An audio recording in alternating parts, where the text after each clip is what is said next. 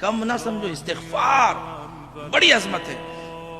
ایک عالم دین وہ کہتے ہیں کہ میں مشہد مقدس میں موجود تھا اور بڑا پریشان تھا، ایک بہت ضروری امر میری زندگی میں پیش آ گیا تھا اور مجھے مدد کی ضرورت تھی، اور میں گیا مولا کی بارگاہ میں اور جا کر تڑپ کے دعا کرنے لگا، مولا میں پریشان ہوں، میری مدد کیجئے، آپ کی بارگاہ میں آیا ہوں، کیونکہ امام 8ویں امام کا روزہ امام رؤوف، امام کی بارگاہ سے کوئی خالی ہاتھ نہیں جاتا، فوری حاجتیں پوری ہوتی۔ وہ عالم دین کہتے ہیں کہ میں امام کی بارگاہ میں بیٹھ کے دعا کر رہا تھا، مولا کوئی راستہ بتائیے، یہ میری مشکل حل ہو جائے۔ ہر انسان کی زندگی میں کبھی کبھی ایسے امور آتے ہیں، ہر زندگی میں۔ دیکھیں یہ بہترین واقعہ آپ کے لیے۔ فرماتے ہیں کہ میں امام کی بارگاہ میں بیٹھا، گڑ گڑا رہا تھا، رو رہا تھا۔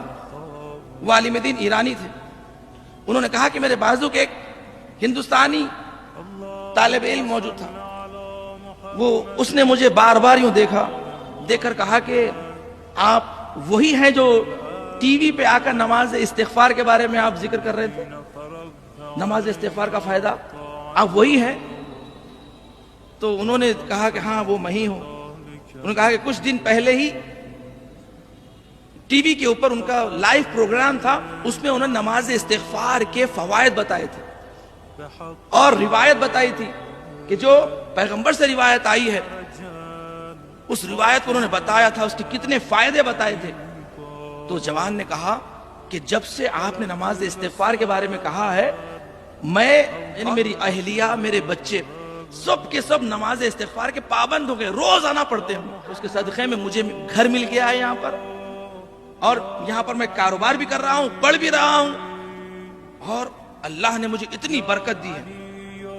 وہ طالب علم سے جب وہ سنتے ہیں کہتے ہیں کہ ایسے لگا کہ جیسے 8ویں امام نے فوری میرے لیے اس بچے کو بھیجا تھا تاکہ مجھے تنبیہ کریں کہ دیکھو اے دل غافل، لوگوں کو تو کہتے ہو خود بے عمل ہو، پہلے خود عمل کرو۔ فوری وہاں پر میں نے نماز پڑھی اور اسی وقت میں گھر ابھی پہنچا نہیں تھا، میری مشکل حل ہو گئی۔ فرمایا اتنی پاورفل نماز ہے نماز استغفار۔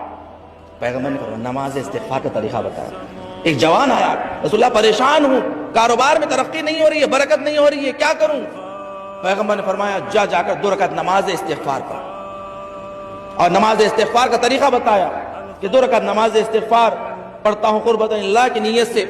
الحمد، سورہ حمد کے بعد سورہ انا انزلنا کا سورہ 1 مرتبہ، اس کے بعد جیسے ہی تم سورہ پڑھ لو 15 مرتبہ کہو استغفر اللہ استغفر اللہ استغفر اللہ استغفر اللہ 15 ٹائمز، جیسے نماز جعفر تیار پڑھتے ہیں اسی طرح سورہ قدر پڑھنے کے بعد 15 مرتبہ استغفر اللہ، بس اتنے زیادہ پورا نہیں، استغفر اللہ استغفر اللہ استغفر اللہ استغفر اللہ 15 مرتبہ۔ رکوع میں جاؤ، ذکر رکوع پڑھو 10 مرتبہ استغفر اللہ استغفر اللہ استغفر اللہ استغفر اللہ۔ رکوع سے اٹھو، کہو 10 مرتبہ استغفر اللہ استغفر اللہ استغفر اللہ استغفر اللہ۔ سجدے میں جاؤ، ذکر سجدہ پڑھنے کے بعد 10 مرتبہ استغفر اللہ استغفر اللہ استغفر اللہ۔ سجدے سے اٹھو، اٹھنے کے بعد جہاں پر ذکر سجدہ پڑھتے استغفر اللہ ربی واتوب الیہ 10 مرتبہ استغفر اللہ استغفر اللہ استغفر اللہ استغفر اللہ 10 مرتبہ۔ پھر دوسرا سجدے کا ذکر پڑھنے کے بعد 10 مرتبہ استغفر اللہ استغفر اللہ استغفر اللہ۔ پھر دوسرا سجدہ مکمل ہونے کے بعد سجدے سے جب اٹھتے ہو، اٹھنے کے بعد 10 مرتبہ پڑھو استغفر اللہ استغفر اللہ استغفر اللہ استغفر اللہ۔ اس کے بعد دوسری رکعت بھی بالکل اسی طریقے سے انجام دو کہ ہر رکعت میں 75 ٹائمز استغفر اللہ استغفر اللہ 75 مرتبہ، 2 رکعت ملا کے 150 مرتبہ استغفر اللہ، 2 رکعت نماز۔ پیغمبر نے فرمایا جا کر پڑھو، تمہاری مشکل حل ہوگی۔ وہ جوان کہتا ہے میں نے جا کر یہ 2 رکعت نماز پڑھی، میری اسی وقت مشکل حل ہو گئی ہے۔ آیت اللہ شاہ آبادی کہتے ہیں کہ اگر کوئی اولاد کے لیے عمل کرنا چاہتا ہے، اس کے لیے 40 دن کا عمل ہے، ہر روز یہ 2 رکعت نماز پڑھیں، اسی 40 دن میں اللہ تمہیں خوشخبری عطا کرے گا۔ صلوات پڑھیں محمد والے محمد۔